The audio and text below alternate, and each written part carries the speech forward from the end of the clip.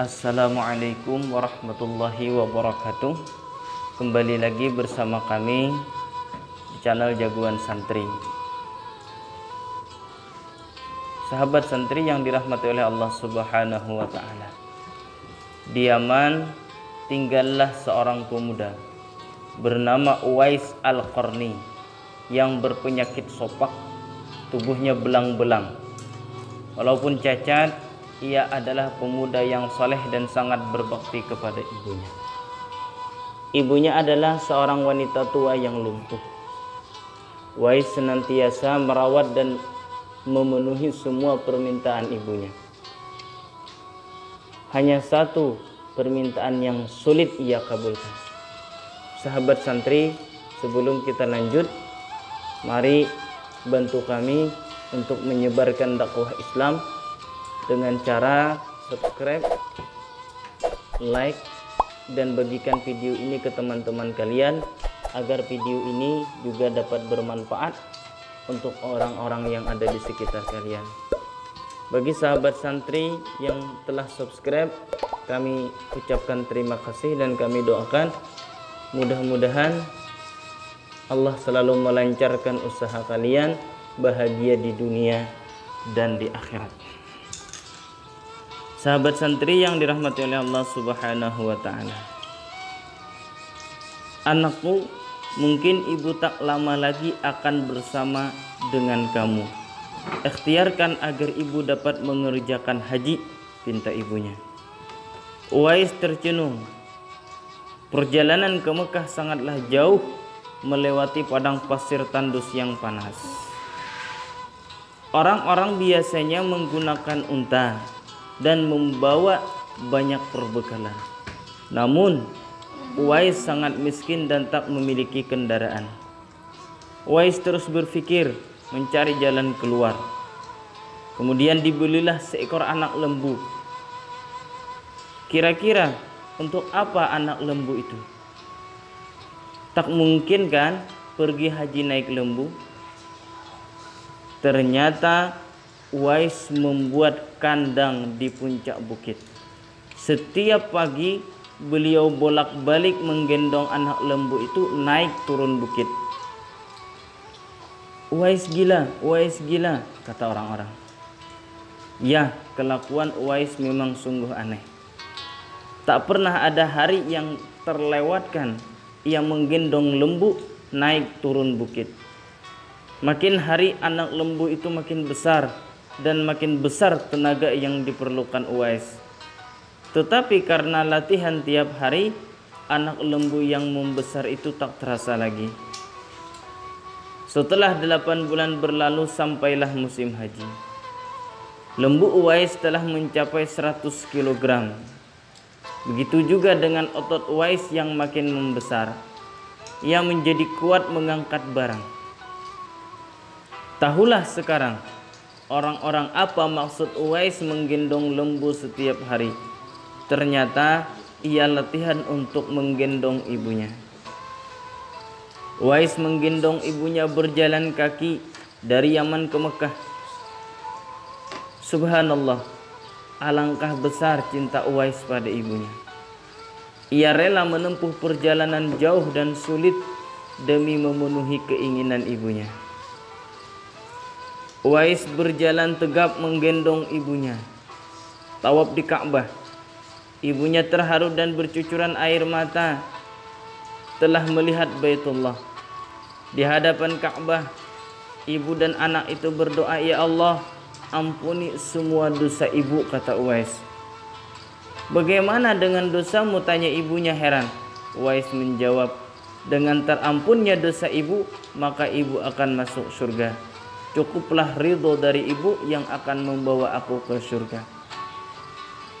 Subhanallah, itulah keinginan Uwais yang tulus dan penuh cinta. Allah Subhanahu wa ta'ala pun memberikan karunia-Nya. Uwais seketika itu juga disembuhkan dari penyakit sopaknya. Hanya tertinggal bulatan putih di tengkuknya. Tahukah kalian apa hikmah dari bulatan disisakan di tekuk? Itulah tanda untuk Umar bin Khattab dan Ali bin Abi Thalib, dua sahabat utama Rasulullah sallallahu alaihi wasallam, untuk mengenali Uwais. Beliau berdua sengaja mencari Uwais di sekitar Ka'bah karena Rasulullah sallallahu alaihi wasallam berpesan, di zaman kamu nanti akan lahir seorang manusia yang doanya sangat makbul. Kamu berdua pergilah cari dia. Dia akan datang dari arah Yaman. Dia dibesarkan di Yaman. Dia akan muncul di zaman kamu. Carilah dia. Kalau berjumpa dengan dia, minta tolong. Dia berdoa untuk kamu berdua. Sesungguhnya Allah mengharamkan atas kamu durhaka pada ibu dan menolak kewajiban dan meminta yang bukan haknya dan membunuh anak hidup-hidup. Dan Allah membenci padamu banyak bicara dan banyak bertanya, demikian pula memboroskan harta. Hadis riwayat Bukhari dan Muslim. Pemuda bernama Uwais Al-Qarni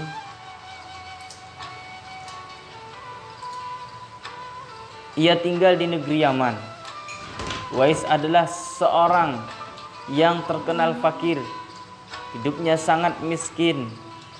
Uwais Al-Qarni adalah seorang anak yatim. Bapaknya sudah lama meninggal dunia. Ia hidup bersama ibunya yang telah tua lagi lumpuh. Bahkan mata ibunya telah buta. Kecuali ibunya, Uwais tidak lagi mempunyai sanak famili sama sekali. Dalam kehidupan sehari-hari, Uwais Al-Qarni bekerja mencari nafkah dengan mengembalakan domba-domba orang pada waktu siang hari. Upah yang diterimanya cukup buat nafkahnya dengan ibunya. Bila ada kelebihan, terkadang ia pergunakan untuk membantu tetangganya yang hidup miskin dan serba kekurangan seperti dia dan ibunya. Demikianlah pekerjaan Uwais Al-Qarni setiap harinya. Uwais Al-Qarni terkenal sebagai seorang anak yang taat kepada ibunya dan juga taat beribadah. Uwais Al-Qarni seringkali melakukan puasa. Bila malam tiba, ia selalu berdoa memohon petunjuk kepada Allah. Alangkah sedihnya hati Uwais Al-Qarni setiap melihat tetangganya yang baru datang dari Madinah. Mereka telah bertemu dengan Nabi Muhammad, sedang ia sendiri belum pernah berjumpa dengan Rasulullah. Berita tentang perang Uhud yang menyebabkan Nabi Muhammad mendapat cedera dan giginya patah karena dilempari batu oleh musuh-musuhnya telah juga didengar oleh Uwais Al-Qarni. Segera Uwais mengetuk giginya dengan batu hingga patah. Hal ini dilakukannya sebagai ungkapan rasa cintanya kepada Nabi Muhammad sallallahu alaihi wasallam. Sekalipun ia belum pernah bertemu dengan beliau.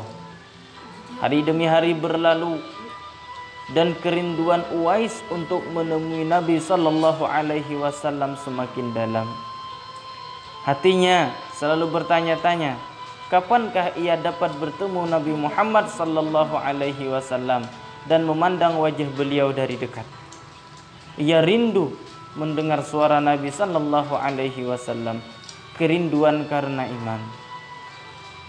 Tapi bukankah ia mempunyai seorang ibu yang telah tua renta dan buta, lagi pula lumpuh? Bagaimana mungkin ia tega meninggalkannya dalam keadaan yang demikian? Hatinya selalu gelisah. Siang dan malam pikirannya diliputi perasaan rindu memandang wajah Nabi Muhammad sallallahu alaihi wasallam. Akhirnya, kerinduan kepada Nabi sallallahu alaihi wasallam yang selama ini dipendamnya tak dapat ditahannya lagi. Pada suatu hari, ia datang mendekati ibunya, mengeluarkan isi hatinya dan mohon izin kepada ibunya agar ia diperkenankan pergi menemui Rasulullah di Madinah. Ibu Uwais Al-Qarni walaupun telah uzur, merasa terharu dengan ketika mendengar permohonan anaknya. ia memaklumi perasaan Uwais Al-Qarni. Seraya berkata, "Pergilah wahai Uwais anakku, temuilah Nabi di rumahnya, dan bila telah berjumpa dengan Nabi, segeralah engkau kembali pulang." Betapa gembiranya hati Uwais Al-Qarni mendengar ucapan ibunya itu. Segera ia berkemas untuk berangkat, namun ia tak lupa menyiapkan keperluan ibunya yang akan ditinggalkannya, serta berpesan kepada tetangganya agar dapat menemani ibunya selama dia pergi. Sesudah berpamitan, sembari mencium tangan ibunya, berangkatlah Uwais Al-Qarni menuju Madinah. Setelah menempuh perjalanan jauh, akhirnya Uwais Al-Qarni sampai juga di kota Madinah. Segera ia mencari rumah Nabi Muhammad sallallahu alaihi wasallam. Setelah ia menemukan rumah Nabi, diketuknya pintu rumah itu sambil mengucapkan salam. Keluarlah seseorang seraya membalas salamnya. Segera saja Uwais Al-Qarni menanyakan Nabi sallallahu alaihi wasallam yang ingin dijumpainya. Namun ternyata Nabi tidak berada di rumahnya. Beliau sedang berada di medan pertempuran. Uwais Al-Qarni hanya dapat bertemu dengan Siti Aisyah radhiyallahu anha, istri Nabi sallallahu alaihi wasallam. Betapa kecewanya hati Uwais. Dari jauh ia datang untuk berjumpa langsung dengan Nabi sallallahu alaihi wasallam, tetapi Nabi sallallahu alaihi wasallam tidak dapat dijumpainya. Dalam hati Uwais Al-Qarni bergolak perasaan ingin menunggu kedatangan Nabi sallallahu alaihi wasallam dari medan perang. Tapi kapankah Nabi pulang? Sedangkan masih terngiang di telinganya pesan ibunya yang sudah tua dan sakit-sakitan itu agar ia cepat pulang ke Yaman. Engkau harus lekas pulang. Akhirnya, karena ketaatannya kepada ibunya, pesan ibunya mengalahkan suara hati dan kemauannya untuk menunggu dan berjumpa dengan Nabi sallallahu alaihi wasallam. Karena hal itu tidak mungkin, Uwais Al-Qarni dengan terpaksa pamit kepada Siti Aisyah radhiyallahu anha untuk segera pulang kembali ke Yaman. Dia hanya menitipkan salamnya untuk Nabi sallallahu alaihi wasallam. Setelah itu, Uwais Al-Qarni pun segera berangkat mengayunkan langkahnya dengan perasaan amat haru. Peperangan telah usai dan Nabi sallallahu alaihi wasallam pulang menuju Madinah. Sesampainya di rumah, Nabi sallallahu alaihi wasallam menanyakan kepada Siti Aisyah tentang orang yang mencarinya. Nabi mengatakan bahwa Uwais Al-Qarni, anak yang taat kepada ibunya, adalah penghuni langit. Mendengar perkataan Nabi sallallahu alaihi wasallam, Siti Aisyah dan para sahabat tertegun. Menurut keterangan Siti Aisyah radhiyallahu anha, memang benar ada yang mencari Nabi sallallahu alaihi wasallam dan segera pulang kembali ke Yaman. Karena ibunya sudah tua dan sakit-sakitan, sehingga ia tidak dapat meninggalkan ibunya terlalu lama. Nabi Muhammad sallallahu alaihi wasallam melanjutkan keterangannya tentang Uwais Al-Qarni, penghuni langit itu, kepada para sahabatnya. Kalau kalian ingin berjumpa dengan dia, perhatikanlah ia mempunyai tanda putih di tengah telapak tangannya. Sesudah itu Nabi sallallahu alaihi wasallam memandang kepada Ali dan Umar seraya berkata, suatu ketika apabila kalian bertemu dengan dia, mintalah doa dan istighfarnya.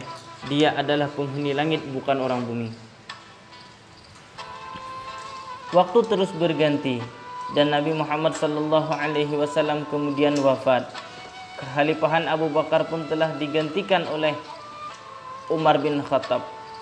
Suatu ketika Khalifah Umar teringat akan sabda Nabi sallallahu alaihi wasallam tentang Uwais Al-Qarni, penghuni langit. Beliau segera mengingatkan kembali sabda Nabi sallallahu alaihi wasallam itu kepada sahabat Ali bin Abi Thalib. Sejak saat itu, setiap ada kafilah yang datang dari Yaman, Khalifah Umar radhiyallahu an dan Ali radhiyallahu an selalu menanyakan tentang Uwais Al-Qarni, si fakir yang tak punya apa-apa itu. yang kerjanya hanya mengembalakan domba dan unta setiap hari. Mengapa Khalifah Umar dan sahabat Nabi Ali selalu menanyakan dia? Rombongan kafilah dari Yaman menuju Syam silih berganti membawa barang dagangan mereka. Suatu ketika Uwais Al-Qarni turut bersama mereka. Rombongan kafilah itu pun tiba di kota Madinah. Melihat ada rombongan kafilah yang baru datang dari Yaman, segera Khalifah Umar radhiyallahu an dan Ali radhiyallahu an mendatangi mereka dan menanyakan apakah Uwais Al-Qarni turut bersama mereka.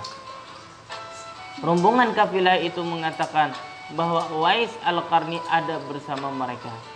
Dia sedang menjaga unta-unta mereka di perbatasan kota. Mendengar jawaban itu, Khalifah Umar dan Ali segera pergi menjumpai Uwais Al-Qarni. Sesampainya di kemah tempat Uwais berada, Khalifah Umar dan Ali memberi salam. Tapi rupanya Uwais sedang salat. Setelah mengakhiri salatnya dengan salam, Uwais menjawab salam Khalifah Umar dan Ali sambil mendekati kedua sahabat Nabi sallallahu alaihi wasallam ini dengan mengulurkan tangannya untuk bersalaman. Sewaktu berjabatan, Khalifah Umar radhiyallahu an dengan segala membalikkan tangan Uwais untuk membuktikan kebenaran tanda putih yang berada di telapak tangan Uwais, seperti yang pernah dikatakan oleh Nabi sallallahu alaihi wasallam. Memang benar, tampaklah tanda putih di telapak tangan Uwais Al-Qarni. Wajah Uwais Al-Qarni tampak bercahaya. Benarlah seperti sabda Nabi sallallahu alaihi wasallam bahwa dia itu adalah penghuni langit. Khalifah Umar radhiyallahu an dan Ali radhiyallahu an menanyakan namanya dan dijawab Abdullah. Mendengar jawaban Uwais, mereka tertawa dan mengatakan, kami juga Abdullah, yakni hamba Allah. Tapi siapakah namamu yang sebenarnya? Uwais kemudian berkata, nama saya Uwais Al-Qarni. Dalam perbincangan mereka, diketahuilah bahwa ibu Uwais Al-Qarni telah meninggal dunia. Itulah sebabnya ia baru dapat turut bersama rombongan kafilah dagang saat itu. Akhirnya Khalifah Umar dan Ali radhiyallahu an memohon agar Uwais membacakan doa dan istighfar untuk mereka. Uwais enggan dan dia berkata kepada Khalifah, sayalah yang harus meminta doa pada kalian. Mendengar perkataan Uwais, Khalifah berkata, kami datang ke sini untuk memohon doa dan istighfar dari Anda, seperti yang dikatakan Rasulullah sebelum wafatnya. Karena desakan kedua sahabat ini, Uwais Al-Qarni akhirnya mengangkat tangan berdoa dan membacakan istighfar.